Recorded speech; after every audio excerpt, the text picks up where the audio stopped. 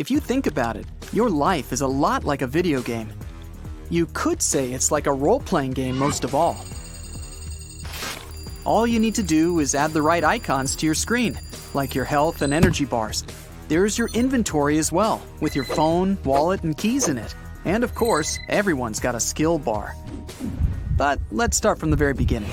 Even when you're a baby, the game difficulty is already set to hard. All your skills are at level 0, and your health bar is tiny, which is why you only sleep or eat most of the time to make sure it grows. When you reach level 1, you unlock the ability to walk. But the world map is still closed to you because there are lots of dangers you're just not ready for yet. It turns out, this game has a really long demo mode called Childhood. Most game features are locked for now. Nearly all of your actions are set for you by your parents. They're like quest givers who help you gain the experience you need to make progress. Ignoring their instructions can make leveling up real tough. But if you're polite enough, they'll give you your first gold coins. As long as you're a child, you'll constantly be leveling up, but of course it takes a really long time. Your health and skill bars get bigger as you go to school. It's not the most exciting Magic Academy, but the students there still carry out quests and learn new abilities. Congratulations, you've reached level 18. Now we're really getting into this role-playing game. You're facing a classic video game choice. You have to select your character class and the skill path you like the most to help you conquer the world. While lots of games have different character classes, most of us end up being the same one in real life. The adventurer who travels the world doing different tasks to earn gold and experience. And you still have tons of quests to do. That's right, it's also time to leave behind the safe part of the map where you grew up. This unfamiliar world is a little like a dark forest full of enemies. The trouble is, the bad guys out there are sometimes hard to overcome. These monsters have names like responsibility, work, and money. They keep coming back even when you thought you'd finally learned how to deal with them. But if you didn't slack off at school, one day you'll overcome them all. Imagine you're in a restaurant and your date asks you if you like animals. You confidently reply, "I love cats." Your date sighs and says, "I'm more of a dog person." Quick, go to the menu, reload the checkpoint, and change your answer. Sorry, but you can't do that.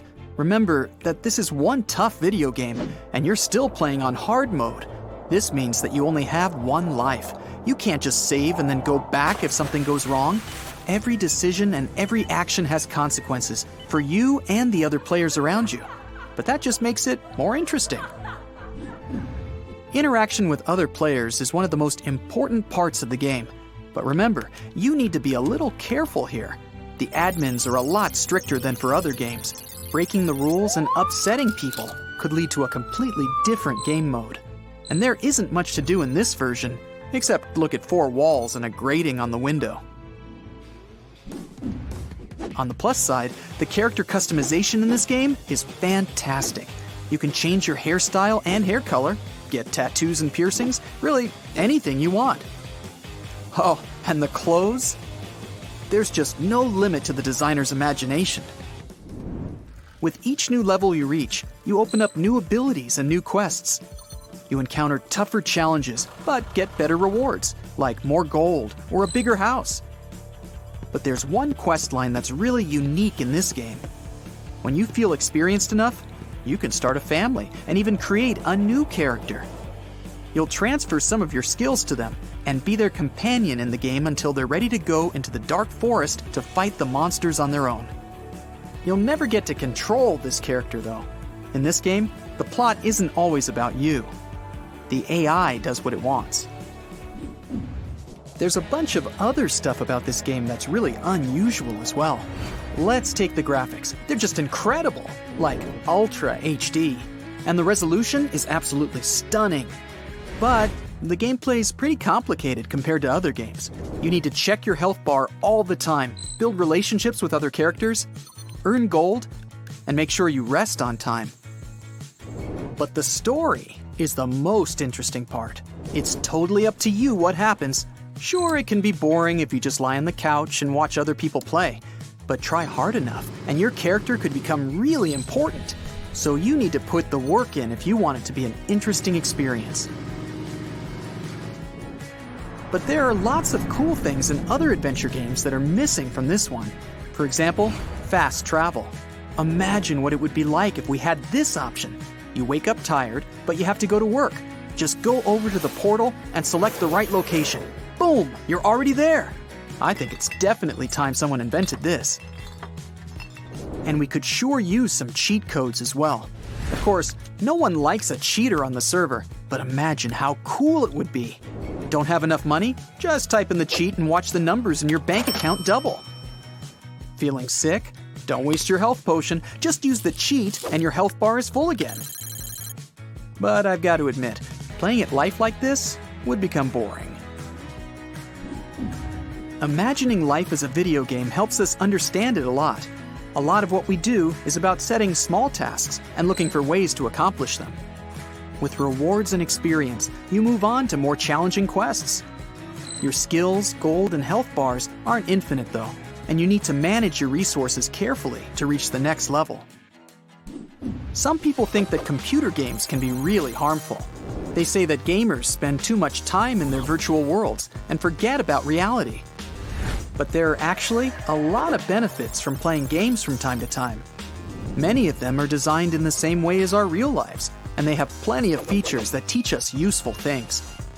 Games always reward us for our hard work. Playing a game from start to finish and making all that progress along the way can help you understand that it takes time and energy to get what you want. Hard work always pays off. Another useful thing that games provide is communication. Hundreds of millions of people play online games that bring them together in groups and teams. They have to achieve cohesion and use good teamwork to pass through a dungeon or win a match. Competitive games can help people learn to communicate and make compromises. And although it's all just for fun, this is exactly what we have to learn to do in real life as well. Only instead of a dungeon with a scary monster, we have to survive a day at the office with an angry boss. And one more thing. It's been proven that a person's strategic thinking and decision-making can improve when they play video games. In one experiment, a group of 50 young adults who had never played games before were asked to play an action game for 50 hours. Another group played a slow strategy game. The results showed that the action game helped to improve the young people's perception of visual information.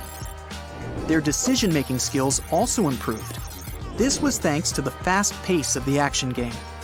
In these kind of games, a large number of events happen one after another, forcing the player to act and make decisions.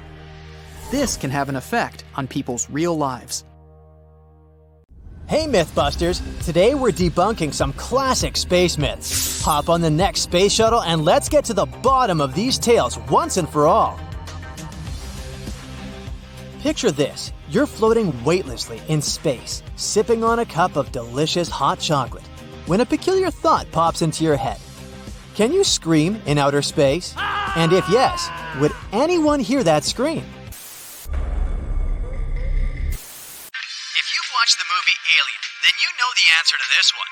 You can't hear sounds in outer space. It's not that sounds don't exist. It's just that you can't hear them. There's no one better to clarify this myth than Chris Hadfield. He's been on a couple of spacewalks during his life as an astronaut. And once you're out there in the darkness of space, you can't hear anything. All you hear is silence. Complete silence. But hey, just around the corner is a massive ball of explosion, aka the sun. We just can't hear the explosions happening because there's no medium for sound to travel through.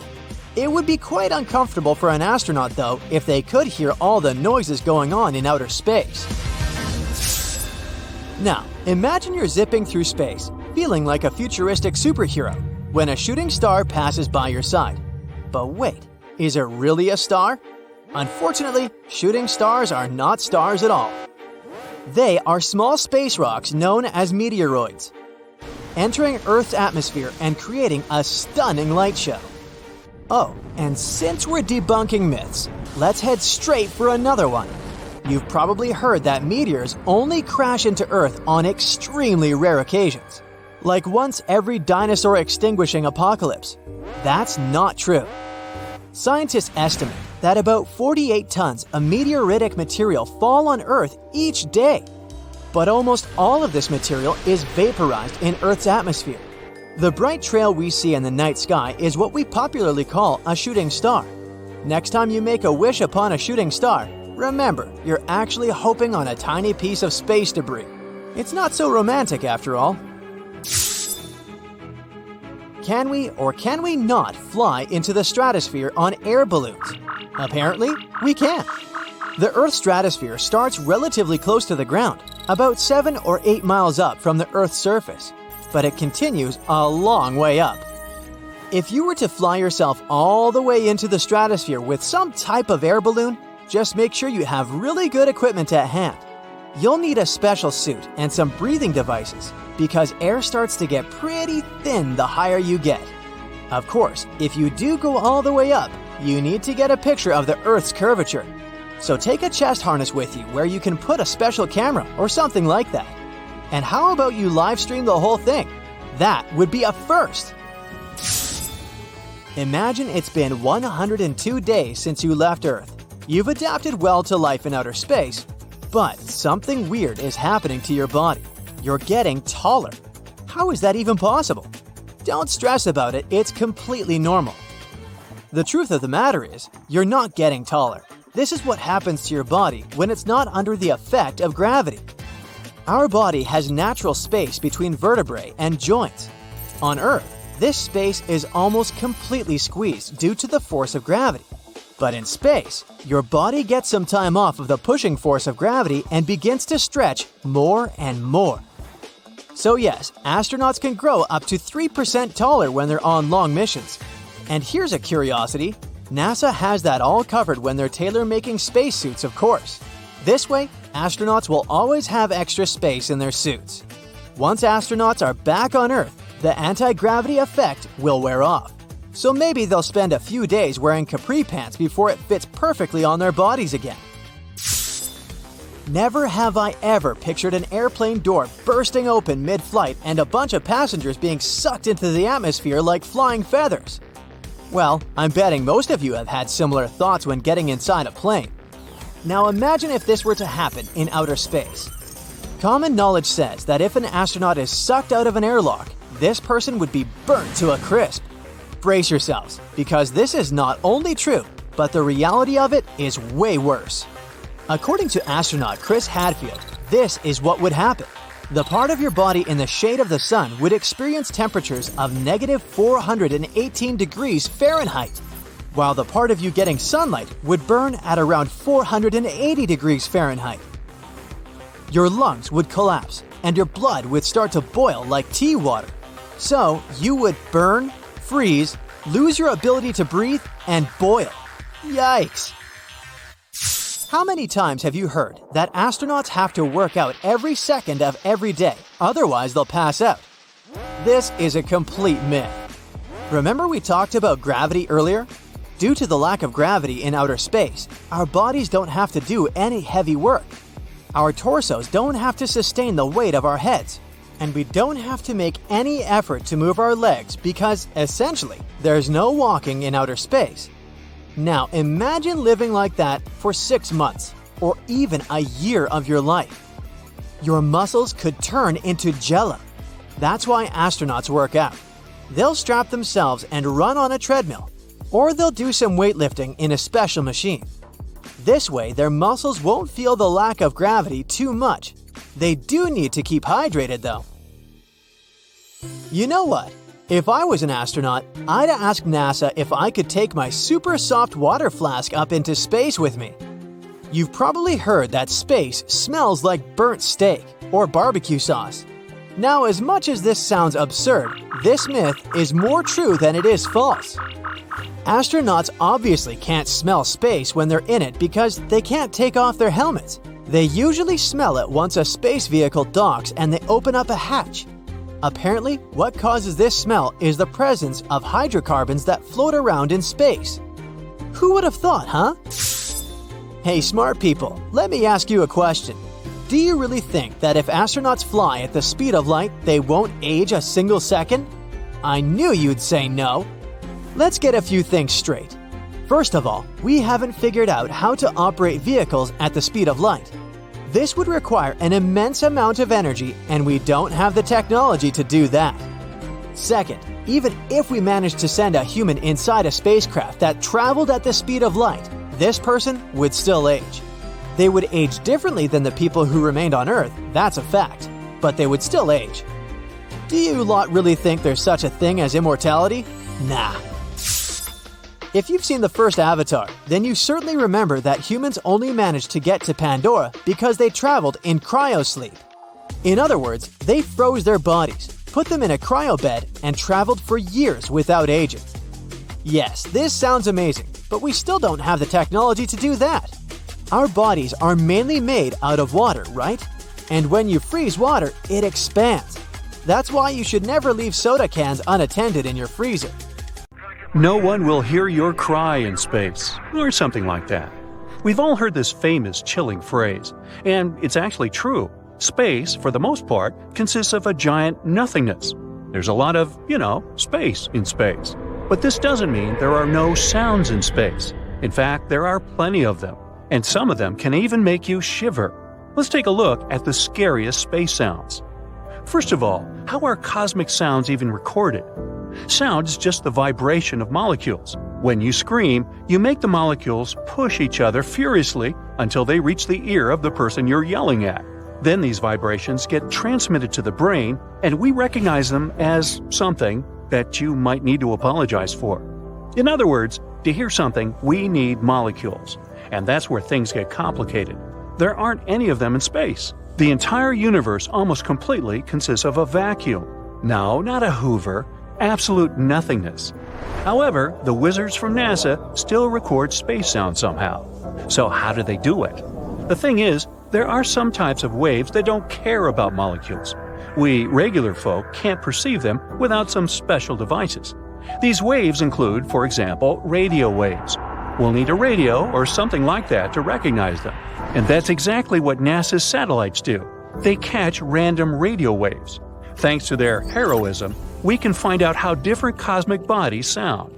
These satellites record a variety of waves, fluctuations of plasmas, magnetic fields, and other, stuff. And then scientists from NASA transform all this into normal soundtracks. And some of them sound quite frightening, to put it mildly. Let's take our magnetic field, for example. It surrounds our planet like an invisible shield, protecting us from all sorts of nasties, like radiation and solar winds. At the same time, we can neither see it, feel it, nor hear. Oops. Well, the last one is outdated. Scientists from the Technical University of Denmark took magnetic waves recorded by the ESA swarm satellite. They converted them into an audio track and got a pretty creepy result. Now, to be honest, it sounds more like an eerie entity stalking you in the middle of the night. And if you remember the maps of Earth's magnetic field, it starts to feel like a spider crawling nearby. Ew. And this isn't the first strange sound that we caught on Earth. Recently, we caught another weird radio emission from space. Scientists found out that the repeating signal came from somewhere very far away, like billions of light years away from us. Such fast radio bursts usually lasted no longer than a few milliseconds, but this one was unique. It lasted about 3 seconds, basically thousands of times longer than usual. And at the same time, the signal was very precise, so much so that scientists even compared it to a heartbeat. Scientists believe that this signal is caused by pulsars, or neutron stars. One time, Nikola Tesla caught something similar, but unfortunately, at that time, we didn't know about such things as pulsars, so Tesla was sure that he had caught a message from some extraterrestrial life. It's a pity that the truth turned out to be much more boring. But let's move on from the Earth to the Moon. In 1969, the astronauts of the Apollo 10 mission, the spacecraft that made the final test flight to the Moon, flew past its surface. And then they caught some strange signals coming from the dark side of the Moon, the side that we never see because the Moon is tidally locked to us.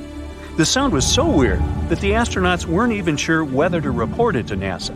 They were afraid they wouldn't be taken seriously, and maybe even not allowed to participate in the next space missions. Here's what it sounded like. But according to NASA, it's not some creepy extraterrestrial music at all. These may just be some radio waves that affected each other because of their proximity, although the astronauts who heard it for the first time probably felt a little creeped out. Let's move to the other planets. Now, 40 years ago, scientists actively explored the surface of Venus. They sent as many as 10 probes there, which were supposed to capture audio and video shooting from the surface. Now we know what Venus, which could easily destroy us at any attempt to even get close to it, sounds like. Horrifying. And you wouldn't expect anything else from the most dangerous planet in the solar system. Unfortunately, Venus is even more toxic than the average Twitter user. So these probes didn't last too long. They heroically arrived on a planet and soon broke down. Next one is Jupiter. This space giant, which is 11 times larger than the Earth, never fails to scare us. One of NASA's probes, Juno, flies around Jupiter every few weeks. The probe is moving at a tremendous speed, 130,000 miles per hour. One day, Juno caught one of the strongest invisible signals it had ever encountered. This was the point at which the mad solar wind came into conflict with the magnetic field of Jupiter. It kind of sounded like a cosmic boom. The original sound lasted 2 hours, but it was compressed to a few seconds. It actually sounds more like a collision of a sea wave and a rock. But here, in terms of horror, Jupiter surprisingly loses to one of its small moons, Ganymede. In 2021, the Galileo space probe flew past Ganymede, and during its flight, it received a rather strange recording. These sounds are satellite radiation, and it's unclear whether it sounds like a cozy sunny day in the jungle or like thousands of bats waiting for you in the night. Next one is Saturn. This signal was caught by the Cassini-Huygens Automatic Interplanetary Station, which was launched into space in 1997. When flying past Saturn, Cassini recorded a pretty scary sound. This terrifying cry of thousands of souls is actually just some radio waves. They aren't too different from what the auroras emit on Earth. A little later, Cassini received another recording, the sounds made by lightning and thunderstorms on Saturn. They sound pretty interesting, too. More like popping corn or a Geiger counter, right? But that's just because these lightning strikes have a crazy frequency. Moving on from the solar system to outer space. The famous Voyager 1 was launched back in 1977 and continues to send us data even 40 years after its launch. In 2012, it left the solar system and entered interstellar space. And then, while abandoning its home, Voyager 1 detected the sound of plasma waves. The original recording lasted 7 months, but fortunately, scientists felt sorry for us and reduced it to 12 seconds. It isn't really eerie, but is still kind of unsettling. And although it feels like nothing can beat Saturn's horrors, let's end this tournament with one of the scariest objects in the universe, a black hole. This sound was recorded by the Chandra Space Telescope. While studying a cluster of galaxies in the constellation Perseus, they discovered something strange. Some undulating movements appear from the center of the cluster. They spread out in all directions, like circles on the water. Scientists have suggested that this was caused by a supermassive black hole. The thing is, black holes don't always devour space objects entirely. Sometimes they kind of spit them out. This causes vibrations of gases, which we can convert into sound tracks. What's interesting is that the oscillation of each such wave actually lasts about 10 million years. You're just listening to a very accelerated recording. Scientists have reduced the delay between oscillations by about 144 quadrillion times. So let's check it out. This is probably the eeriest sound from the whole list. Nothing too loud or wild, but there's something dark and disturbing about it. Now, those were the scariest space sounds captured by NASA. To be fair, most of them sounded creepy simply because they're radio waves, but it's still fun to get spooked sometimes.